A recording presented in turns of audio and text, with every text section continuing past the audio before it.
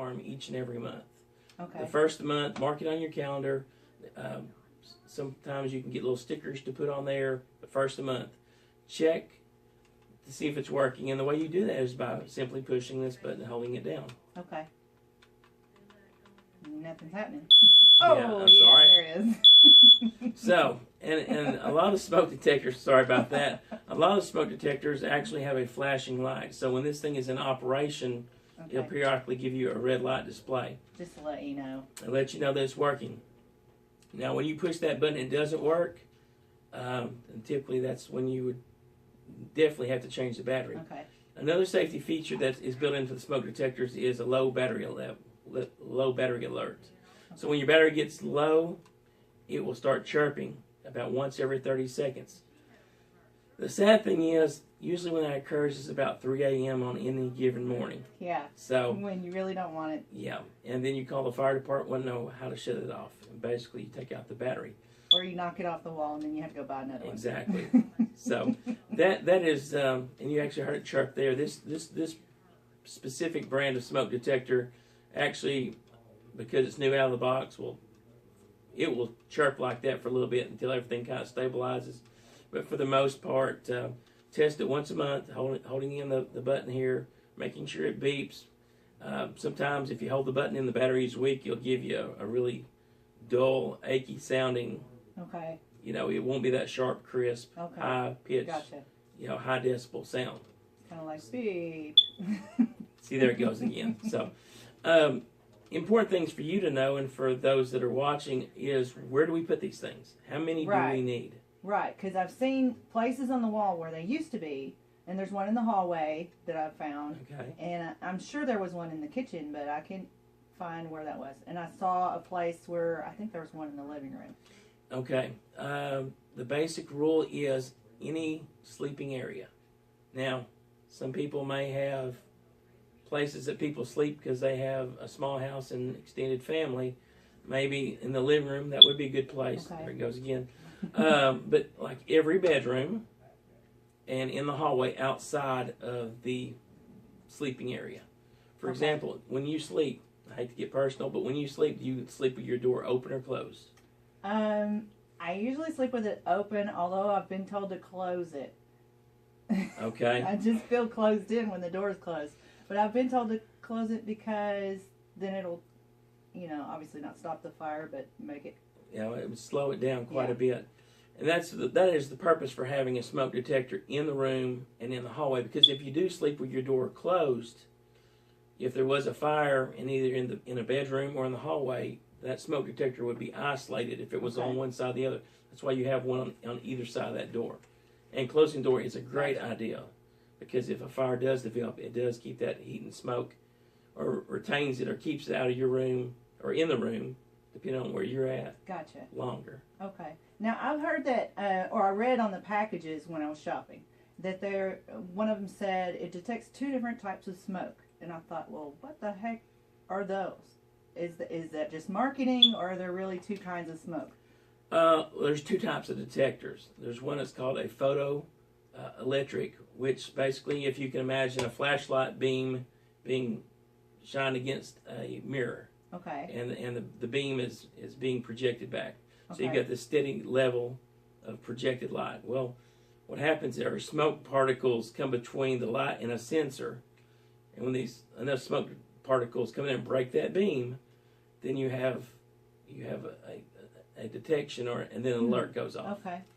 The other one is what's called a photo. That's the photo one. The other one is an ionization type detector, where you have the particles of smoke that form ions, and I can't really explain it, but it's kind of a chemical reaction that occurs. Gotcha. And because that reaction occurs, that sets off an alarm as well. Okay. The other question I had is what is it, a carbon monoxide? Carbon monoxide detector, yes. Detector, yeah. A lot of people suggested that I look into that too. So, okay. And I've seen some that are smoke and carbon monoxide, and then somebody said, no, I want my carbon monoxide monitor down lower. Okay, that's a very good question. You have gas fuel appliances, natural gas Yes, fuel yes. appliances, water heater. For my water heater and for my stove. What about your central heat and air? No. Okay. Well, anytime you have natural gas fueled appliances, you do want to have and really need to have a carbon monoxide detector, because when natural gas burns, if it burns clean, you've seen a nice blue flame. Mm-hmm. That's putting off water vapor, which you can't see, and it's also putting off carbon dioxide, like when we breathe out. Okay. That's okay if it's a nice blue flame. It's getting lots of oxygen in with the natural gas when it burns. Nice Okay. blue flame. If you've ever seen a stove that burns and it has a yellowish flame, Right. a yellow flame, that means it's what's called incomplete combustion. It means there's a lack of oxygen there. Okay. And what's happening is when you get the orange flame, then you don't get the complete burn. You get other byproducts, including carbon monoxide.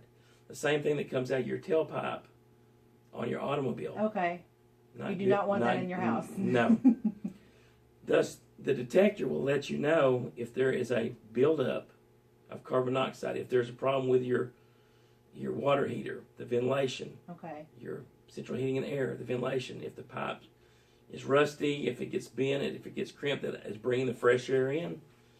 If you're not getting enough of a circulation, then you're going to get incomplete combustion. So, but is that going to be down lower than your regular breathing air, or up higher? In other words, if I'm going to decide between a 2-in-1 detector or two different ones, I wonder what's going to be best for me. Well, that's a very good question. The interesting thing about carbon monoxide is that usually it's like any draft in your home, any circulation. When warm air will rise, well, carbon dioxide can be carried up, Okay. like when you've got your heater on. It'll get carried up, toward the ceiling. But when it cools down, then it can drop. So it can be okay. anywhere in that air column. Okay. So you see the kind that you can plug into the wall. A lot of times the plug-ins are down low. Gotcha. Sometimes carbon monoxide detectors are battery operated. You can put it maybe on top of your refrigerator, someplace up high. So it's just anywhere in the home, but you don't want to have it where you have an exhaust vent. You don't want to put it in a place where the draft is going to be just pushing the air all around. You want kind of in a quiet, still place, Okay. so that stuff will settle out. Gotcha. All right. The other thing is, you really don't want kind of like having a combination TV VCR. Yeah. If one breaks, Yeah. then the Yeah, other that's one. true. So we would recommend that you would buy What's a VCR? DVD player, TV. It's that combination. If one should malfunction or break, then you're going to have to go out and buy the other one. So we would recommend that you buy standalone smoke detectors, standalone carbon monoxide detectors. Okay. And you probably only need one carbon monoxide detector in your home. Now, let's talk about where I'm supposed to put this in the kitchen. Okay? Do I put it near the stove or away from it, or what's Now, what are we talking about? about not carbon monoxide, the smoke detector? You really don't want this smoke detector in your kitchen. Not in the kitchen at all. I would not put it near the stove, Okay. because I knew when I was growing up when supper was ready, because somebody would spill something on Right. the burner and this thing would go off. There wasn't a fire. A lot of false alarms. It keeps going off. Right. Put it near the kitchen, but not in the kitchen. Okay. Yeah, if you have a dining room or something, maybe you've got a cutout door section there, put it on the opposite side away from the kitchen, so that if there is a buildup of smoke, it could get to the top of that door and then flow up around that back toward the ceiling and would set this off. But only after you've got a sufficient amount of smoke, not just Okay. something going off on the burner. Gotcha. Yeah. Okay. I'm an expert cook, so that'll never happen to me. Never. But just thought I'd ask. I have a question for you. Okay. You have a laundry room or a laundry area. Yes, and actually, I call it my European kitchen because the washer and dryer are in the kitchen. Okay. It's just a big kitchen, and it has stuff on this side and stuff on that side. So yes, it has a gas dryer. Okay. So I guess, the smoke detector would still need to be kind of close to there. Yes. So I just need to sort of even it out between the stove and the dryer. I would probably push it closer towards your dryer because you know, if you're getting smoke off your dryer, yeah, that's not from good. cooking. That's not what expected. Okay, so maybe I'll just put it above the dryer. Yes. Just right above the dryer, and that'll be far enough away from the stove. I concur. Good idea. Good question. Okay, the last thing I wanted to know is that some people said that you can buy detectors that are connected to services. Like like you have alarms for your home, right? And it calls if somebody breaks in, and this is the same. And then if you're not home and you don't know it's on fire or you're asleep, then somebody calls. Right. Is that, I don't know? I certainly didn't see that in the store, but I sounded like that was an option for some companies. Right. There are specialty companies out there that will come in and do an evaluation of your home. I don't want to. I don't want to recommend anyone over another because not everyone has the same satisfactory. People don't always get satisfaction even out of the companies. Some people right. Well, and a lot of times it's just neighbors or whatever. But these type of detectors are made for when you're there to alert the occupants that there is smoke, and if there's smoke, there's fire, and to get out. What you've just described with is a system that will notify the a monitoring company, which will then call our communications, which will then dispatch us. So it's there 24/7, but you got to be willing to pay for the installation, right? And the monthly service fee that goes along with the monitoring. Gotcha. If you can afford it, it's highly recommended. But that's just to be clear for people watching, that's something you buy from another company, not from the fire department. No. The fire department does not do that service. We do not monitor it either. We receive the call and then we respond, but we do not do the monitoring either. It is something that you have to pay for. Okay. Well, this has been really helpful to me personally, and so that's why I thought somebody else is going to need answers to these questions, or maybe they don't have their things put in the right place. They already have things and they don't know, they just bought it and stuck it somewhere. So I'm glad that we answered all those questions. About a fire extinguisher, can we play with one? Yeah, we can. Do we need to go in the parking lot? Or? We can actually take this one. This one is actually out of date. We can actually take this one out in the parking lot. And okay. And you can show me how to use it? Yes, I can. Are you excited about that? Yes. Okay, we will make sure that we're upwind and we're not. Yes. So I'll make sure we do that.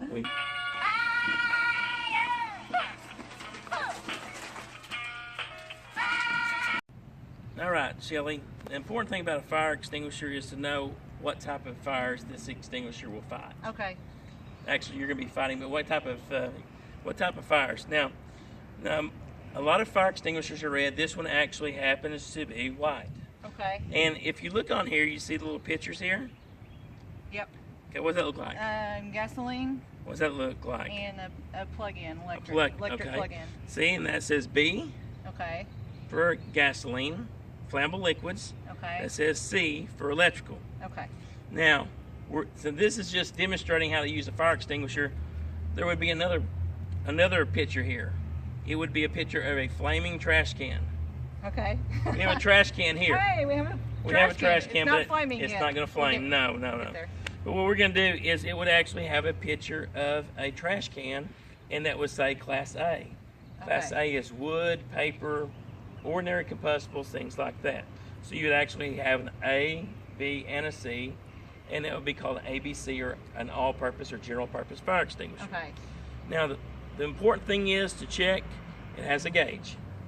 See the gauge? I see it's in the green area on full. Lovely. A little arrow pointing to it. Okay, that's what we want. We want to make sure that every time we check this, that's in the green. Okay. All right. The other thing is there's a safety pin on here. Okay. See the pin? Right. It keeps us from discharging this. All right. So if our pin is missing, this could be bad. So it's not like a grenade necessarily. You have to actually push the button after that. Well, like the grenade, you pull that, but then you have to let go. Right. Okay. Yeah. Well, gotcha. This you push down. So instead of letting go, you push down. Okay. Okay. Exactly. So it actually has some very, very small directions here that neither one of us can read. I have my glasses on, but it's not helping a whole lot. But typically on your extinguisher in much bigger writing, it will tell you how far that you need to stand back. Actually, it's in this big writing here. Oh, okay, good. Okay. So there is an acronym. You know what an acronym is? That's like a pterodactyl? No. Yes, but only shorter. Okay. An acronym is a set of letters that spell a word that help you, a mnemonic to help you remember what to do. Okay. So the way to operate this fire extinguisher is PASS. P-A-S-S. No, I don't mean pass. I meant pass. That means that we are supposed to pull the pin. Okay. Pull. Aim. Aim. Squeeze. Squeeze. Sweep. Sweep. P-A-S-S. Okay. So Pull. aim. Then squeeze. Squeeze. And sweep. And then sweep. But Okay. you can't squeeze before you pull because it's hard to get this. Right. And you need to aim because you don't want to point this at the camera. Okay. So let me ask you, should I wait until there's a fire to read all these instructions? No, that would not be good. But see, Especially if I don't have my glasses. I need to know already how to use this before the fire happens. So as soon as I buy it, I need to like check it and figure out how to make it work. Well, yes, but don't discharge this because once you squeeze off any of this one is not refillable. Okay. Now, if you spent $20 on this and you decide you just want to play with this, and then you squeeze it off, well, then it may empty so much of the contents out that, or even the propellant, the gas in here, that it may not work. Okay. So really, it's for a one-time use. This one's for one-time use. Okay, but there are others that are Refillable, rechargeable. Okay. Now, what's interesting is there are also pictures and a description, and it's also, and this one is in Spanish too. Yeah. So it'll tell you how to use this, and we just described this. Again, pull, stand back, it says 6 feet, and aim at the base. 6 feet. Okay, 6 feet, right. so here, I'll let you hold that. So I'm not going to pull it yet, but... Okay.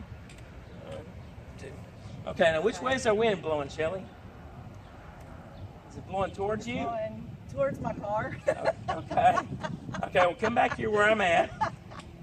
We'll let our camera get over here and refocus. Don't get downwind. So you're 6 feet from the fire. Your trash can is flaming. So we're going to go into action. We're not going to panic. All right. So not going to panic.